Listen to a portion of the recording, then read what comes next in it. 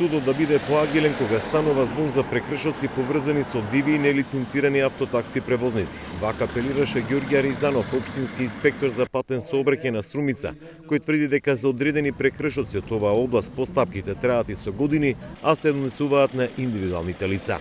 Има и група која што да кажем, или се едни исти, што ги викаме и во сите градови и во Струмица, има и таква категорија на луѓе кои што користејќи ја, би рекол, судската неагилност, обстојуваат како диви превозници по долг временски период.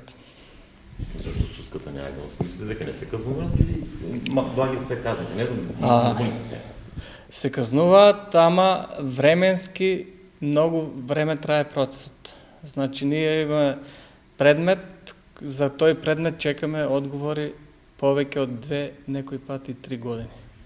Аризанов ова го истакна на средбата со сообраќајните инспектори од повеќе општини од земјава, каде даваа предлози за измените на законското решение за патен сообраќај. Според него, во оваа материја постојат недоречености. Во пракса проблем е постапката за жолти таблички за таксистите. Па еве конкретно во делот на жолтите регистарски ознаки, овде има еден услов, прво да има извод од лиценца, да потоа се добие жолта табла, а постапката административно и со таксиметрот пак треба да се прави повторно.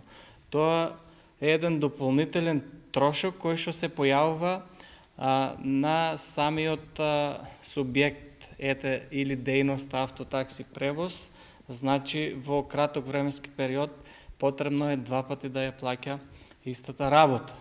Во Струмица има над 350 издадени лиценци за вршење превоз, но паралелно расте и бројот на диви автотакси превозници кои немаат регистрирано било каков субјект, а вршат превоз по струмичките улици, но и до населените места во Струмичкиот регион.